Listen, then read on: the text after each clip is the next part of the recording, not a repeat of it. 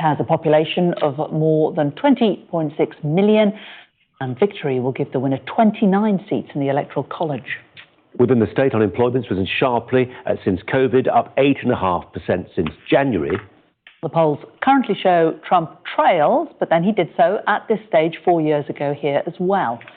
In the end then, he won the state by just over 1%, which is also around 113,000 votes.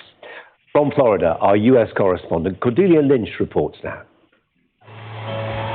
Touchdown on the trail for Donald Trump, 11 days after announcing he had coronavirus. Not only throwing masks to the masses, but offering some intimacy too. One thing with me, the nice part, I went through it. Now they say I'm immune. I feel so powerful. I'll walk into that audience. I'll walk in there. I'll kiss everyone in that audience. I'll kiss the guys and the beautiful women and everybody. I'll just give you a big fat kiss. He'd have a hard time making his way through this, though. Few face coverings and little social distancing here. This all feels very 2016. The same music, the same applause lines that the crowd loves, and lots of enthusiasm. But two things have fundamentally changed: demographics and the political dynamics of the race. And you can see it in the Villages, a place locals call Disneyland for the elderly. Manicured greens, beach tennis,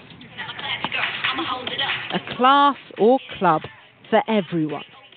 It's not all exactly Pleasantville, though. White power! Yes, there you go, white power! And there's a warning sign for Donald Trump, once reliable older voters turning out for his rival. But Ginny says the new threat is small fry. This is Trump territory. You know, we have 600, 700 golf cart parades for Trump, and then 2 weeks later, 100 show up for Biden. And they're doing riding with Biden because they can't do the Trump train. Down the road, though, a very different tune. With you both in,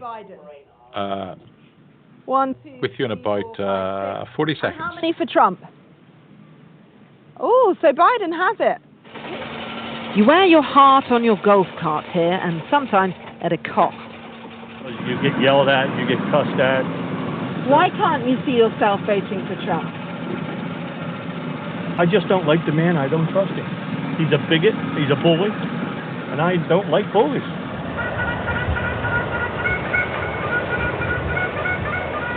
But however extreme Florida can sound and look, the margins are nearly always razor thin. Cordelia Lynch, Sky News, Florida. Well, let's get more on the president's return to the campaign trail and look ahead to the election on November the 3rd. I'm joined by former Trump campaign advisor Matt Braynard and also a former senior policy advisor in the Obama administration, Ali Soifer. Thank you both so much for joining us. Matt, to you first. President Trump offering to kiss everyone in the audience, give him a big fat kiss. Do you think that's really helpful? I think he's got a tremendous amount of support out there. And it's funny, we're talking about President Trump's rallies, but Joe Biden and Kamala Harris have been doing double billing rallies. We're not talking about them because nobody shows up to them. The past 2 days, they've drawn more Trump protesters than they've drawn supporters of their own. So I guess we have to talk about Trump's rallies because those are the most successful ones. Hallie, is that true? Not at all. The reason we're talking about Trump's rallies is because the president has not demonstrated responsibility. He's been completely reckless, including with his own health and that of his supporters. He has not demonstrated leadership. He has not worn a mask at his rallies, and he's essentially held multiple super spreader events, including just now last night in Florida when he himself has COVID-19. So it's deeply disturbing. On the other hand, Vice President Biden and Senator Harris have demonstrated leadership and responsibility. They've led by example by wearing masks, and they haven't held the kind of super spreader events that we've seen from the president. That's not. Matt, you're shaking your head throughout that. Sorry, Democrats do not get to point the finger.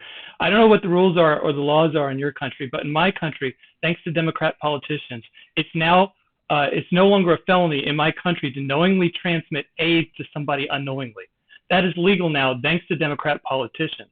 So they don't get to point the finger at a few people at a sunny rally, stand ground. Some of them may or may not have masks on.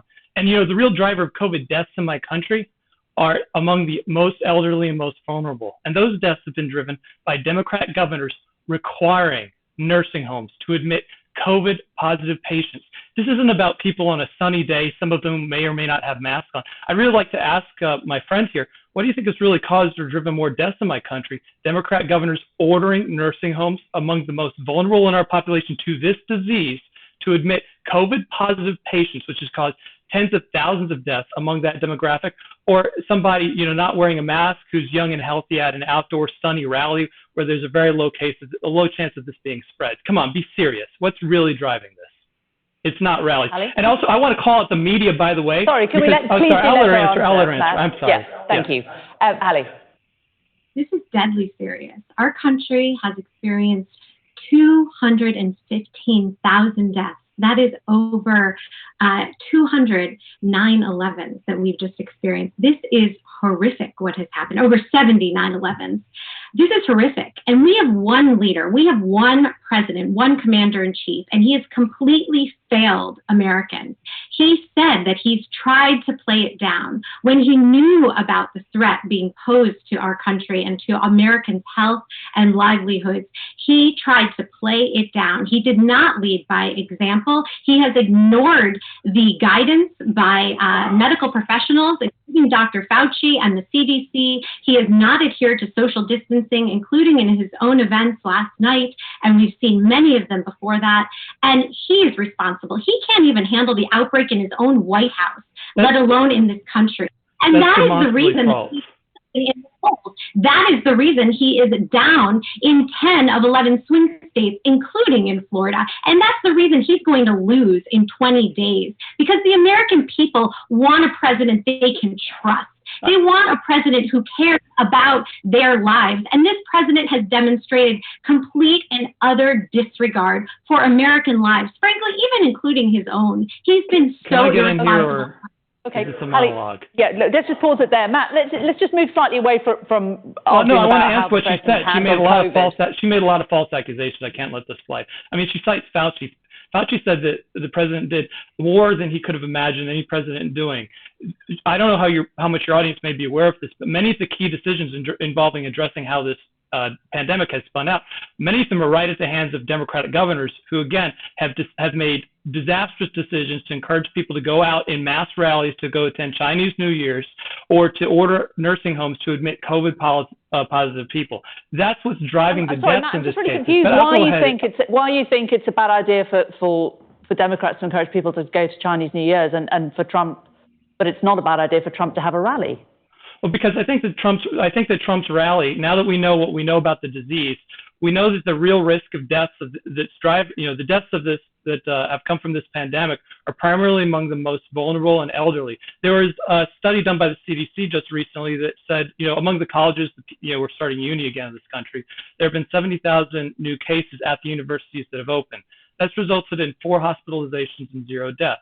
The real risk of this is among the elderly, the people who should never be at a rally, who should be isolating, and those are the people that Democrats have massacred by ordering these elderly homes to admit COVID-positive patients. You don't even have to be a doctor to recognize that was stupid, and that is what has driven thousands and thousands of these deaths, not a sunny rally. And by the way, this question never comes up when it's a BLM or Antifa rally out there burning things down or assassinating police officers or Trump supporters in broad daylight with these massive numbers of people not wearing a mask. We only get the media saying, let's pause it there, Matt. when it's a Trump rally and never anything else, including rallies in your country. Okay, so you're accusing Democrats of massacring and assassinations. I must let Hallie come back in there. This is preposterous.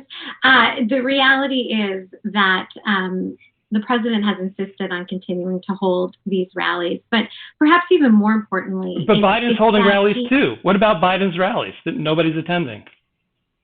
He held them yesterday and the day before as well. Sorry, please let Hallie speak, Matt. Okay, sorry. He's the president, and he's failed to demonstrate leadership. He's failed to listen to even his own CDC, which has advised that it is mask wearing that is the best way to ensure that this highly contagious disease does not continue to spread. And since March, since our numbers have gone exponentially up and since we've lost over 200,000 people, the president continues to not wear a mask. It is up to him to lead by example, and that is where he has completely failed. He's also at the same time, along with the Republican Party, trying to take away health care for over 20 million Americans. He is trying to deny access to affordable health care at the time when Americans need it the most. He's trying to deny health care to those who have pre-existing conditions. And since the spread of COVID-19, there are over 7 million additional Americans with this pre-existing condition, and that's COVID-19. And by the way, my co-panelist here is also wrong about the fact that this disease is solely striking those who are older. It is also a disease that it knows no bounds. It is not confined by age, and it is certainly afflicting those who are younger. We have seen that with the rise of COVID in schools. And our president had no plan to help to contain the spread of this disease within schools. So certainly it is not just. Hallie Sofa and Matt Braynard, we're going to leave it there. Thank you both very much indeed. Thank you. If you didn't know better, you might think there was an election 20 days ago. Well done, you two.